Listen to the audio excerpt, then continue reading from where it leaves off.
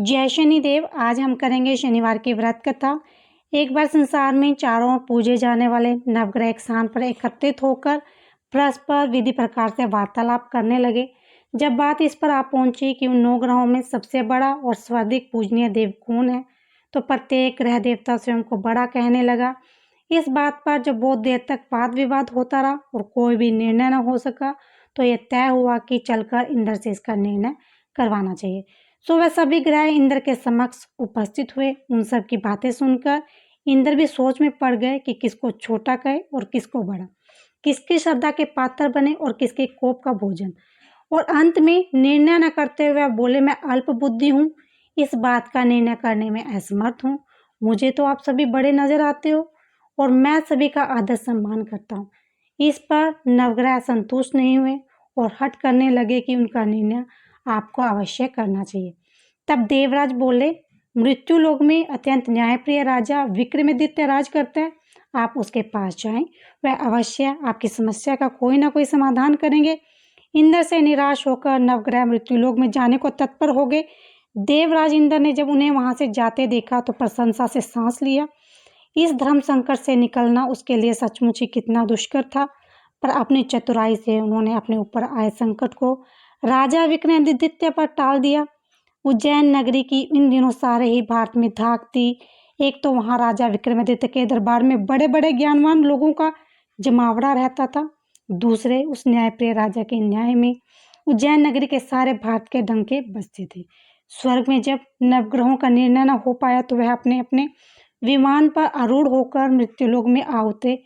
ठीक उसी समय जब राजा विक्रमादित्य का दरबार ठसाठस भरा हुआ था।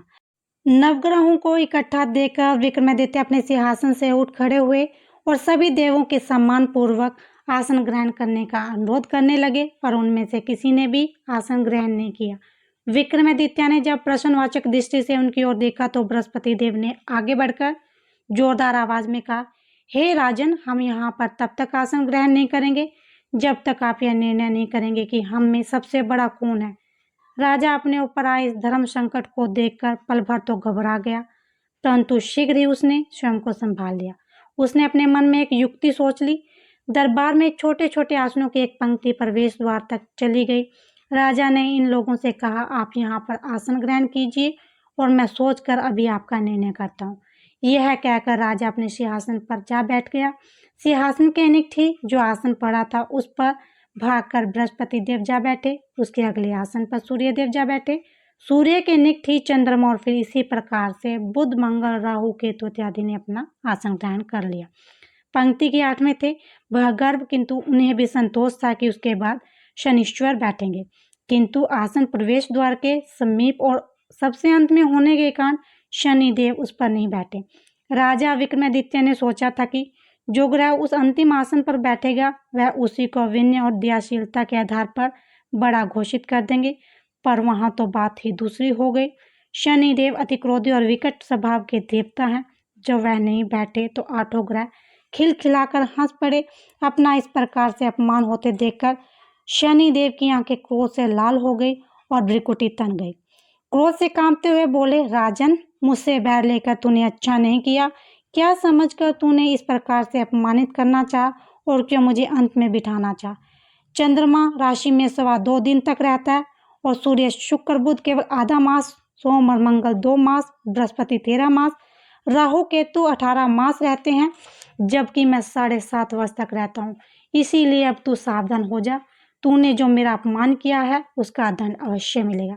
राजा के कुछ दिन तो आराम से बीते, लेकिन शीघ्र ही शनिदेव की दृष्टि फिरी और राजा पर 7.5 आ गए। उन्हीं दिनों एक व्यापारी कुछ घोड़े बेचने के लिए उज्जैन नगरी आया। सुंदर सुंदर घोड़े देखकर राजा जी ललचा गया। राजा ने उन्हें खरीदने का आदेश दिया। घोड़ों में से घोड़ा भंवर नाम का था। राजा उस पर चढ़कर देखने लगा। कुछ देर तक तो घोड़ा राजा के लिए वही घूमता रहा, लेकिन फिर सहसा भाग खड़ा हुआ। राजा को बड़ा अचंभा हुआ। घोड़ा एक घनघोर जंगल में राजा को पटक कर अंतर्ध्यान हो गया। राजा अकेला उस वीरान जंगल में भटकने लगा। शाम के समय जब उसे भूख प्यास सताने लगी तो वह जोर जोर से चीखने लगा। उधर एक पगडंडी से एक ग्वाला अपने गांव को जा रहा था। वह राजा की आवाज सुनकर रुक गया। राजा उसके पास गया। ग्वाले ने उसकी व्यथा जानकर उसे निक की नदी पर ले जाकर पानी पिला दिया। पानी पीने के बाद राजा ने चैन की सांस ली और प्रसन्न होकर उसने ग्वाले को अपने हाथ की अंगूठी उतार कर दे दी और उससे कहा कि मैं उज्जैन का रहने वाला हूँ, यहाँ रास्ता भटक गया हूँ, तो मुझे रास्ता दिखा दो। तब ग्वाला उसे अपने साथ गांव में ले गया। वहाँ एक मिष्ठान की दुकान पर राजा ने मिठाई खाकर भूख मिठाई और दुकानदार को भी एक अंगूठी उतार कर दे दी।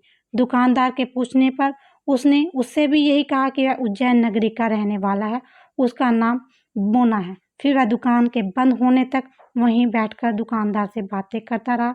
उस दिन दुकानदार की बहुत बिक्री हुई। उसने सोचा, ये तो भाग्यवान पुरुष है जो इसके आने से आज मेरी इतनी बिक्री हुई है।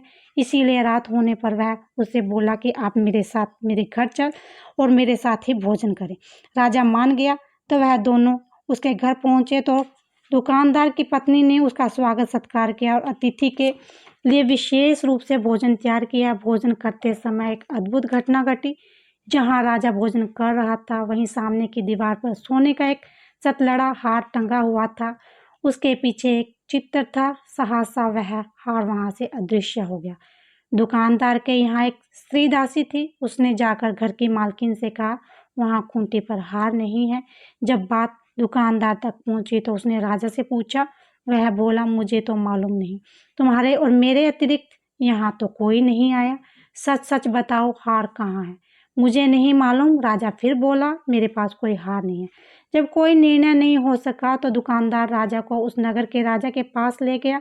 उस नगर के राजा ने जब विक्रमादित्य की भोली भाली सूरत देखी तो बोला, ये व्यक्ति कभी चोरी नहीं कर सकता, और यह कहकर उसने विक्रमादित्य को छोड़ दिया। विक्रमादित्य जब उस नगर में यूं ही घूम रहा था तब उस नगर के एक तेली ने उसे कहा, मेरे यहाँ काम कर लो तो मैं तुम्हें रहने का स्थान और खाने की सामग्री दूंगा। राजा मान गया। तेली उसे अपने घर ले गया। वहां सारा दिन राजा घानी पर बैठकर उसके बैलों को हाँकता, तेली बाजार में तेल बेचता। जब वर्षा ऋतु आई, मूसलाधार वर्षा होने लगी, तब घानी पर बैठे हुए विक्रमादित्य ने मौज में आकर ऊंचे ऊंचे राग अपने आरंभ कर दिए। निकटी उस नगर का राजमहल था। वहां बैठी खिड़की में राजकुमारी ने जब राजा का मधुर स्वर सुना तो वह अपने हृदय पर काबू खो बैठी। उसने अपनी दासी को पता करने के लिए भेजा। दासी वहां गई। राजा को गाते हुए देखकर लौटी तो राजकुमारी ने बोली, वहां पर तो कोई अति सुकुमार नवयुवक आनंद में आंखें बंद किए बैठा गा रहा है। राजकुमारी ने सुना तो उसने अन्न जल का त्याग कर दिया। रात तक उसने कुछ नहीं खाया। रानी ने आकर राजा से कहा, राजकुमारी एक तेली पर मोहित हो गई है और उससे विवाह रचना चाहती है। राजा ने सुना तो वो क्रोधित हुआ। उसने तेली के घर से विक्रमादित्य को बुलाया और उसके हाथ कटवाकर जंगल में फेंकवा दिए। यह बात जब राजकुमारी को पता चली तो वह अपनी बात पर और भी दृढ़ हो गई। बोली, मैं तो अब उसी को वर मान लिया है, चाहे वो कैसा भी हो, विवाह तो मैं उसी से करूंगी। बेटी की हट देखकर लाचार हो राजा को ने दोबारा विक्रमादित्य को उस नगर में बुलाया। उससे राजकुमारी का साधारण ढंग से विवाह संपन्न कर दिया और एक छोटा सा मकान देकर वहां रहने लगा। दोनों उसी में रहने लगे। एक दिन जब विक्रमादित्य सोया हुआ था, स्वप्न में उसने शनिदेव नजर आए। विक्रमादित्य ने उनको नमस्कार किया, क्षमा याचना की। शनिदेव ने उसे आशीर्वाद दिया और बोले, अब तुम्हारी 7.5 खत्म हो गई है। राजा बोला, मुझसे जो भी गलती हुई है उसके लिए मुझे क्षमा कर दे। शनि ने मुस्कुराकर आशीर्वाद दिया तो राजा की दोनों भुजाएं पुनः लौट आई। राजा ने अपनी पत्नी राजकुमारी को रात को जगाया नहीं और वह रात को उसके गले में अपनी बाहें डालकर सो गया। सुबह राजकुमारी की आंखें खुली तो उसने अपनी गर्दन में बाहें पड़ी देखी। वह चौंक कर उठ बैठी, लेकिन शीघ्र ही विक्रमादित्य ने जागकर उसको आश्चर्यचकित कर दिया। तब उस नगर के राजा को यह बात मालूम हुई तो वह भागा भागा आया और उस अपंग को फिर से स्वस्थ देखकर चकित रह गया। उसने भी विक्रमादित्य से यही कहा कि यह सब शनिदेव की कृपा का फल है। विक्रमादित्य ने अपना वास्तविक परिचय भी उस राजा को दिया और सारा किस्सा विस्तार से सुनाया। सुनते ही राजा विक्रमादित्य के चरणों में गिर गया, क्षमा याचना करने लगा। ये खबर सारे नगर में फैल गई। दुकानदार को जब ये बात खबर मिली तो वह भागा भागा आया और विक्रमादित्य के पांव पर लेटने लगा। विक्रमादित्य उसे उठाया, आसन पर बिठाया, कहा, तुम घर जाकर उस खूंटी पर देखो, हार टंगा हुआ है। और वास्तव में उसने खूंटी पर हार को टंगे हुए पाया। फिर विक्रमादित्य ने कहा, राजा से माफी मांगी तो वहां के राजा ने हाथी घोड़े इत्यादि देकर नौकरों के साथ लश्कर समेत विक्रमादित्य को विदा किया। राजा विक्रमादित्य जब राजकुमारी को लेकर अपनी नगरी उज्जैन पहुंचा तो सारी नगरी में उत्साह छा गया। अपने राजमहल में प्रवेश करने से पूर्व विक्रमादित्य ने नवग्रहों की पूजा की, शनिदेव को सर्वोच्च स्थान दिया। साथ ही उसने नगर भर में ढिंढोरा पिटवा दिया कि शनिदेव मनवांछित फलों को देने वाले हैं और नवग्रहों में सर्वोच्च स्थान रखते हैं। इस प्रकार शनिदेव को मानकर विक्रमादित्य ने अपने राज्य यश और कीर्ति को अमर कर लिया। बोलो शनिदेव महाराज की जय। बोलो श्री नवग्रहों की जय।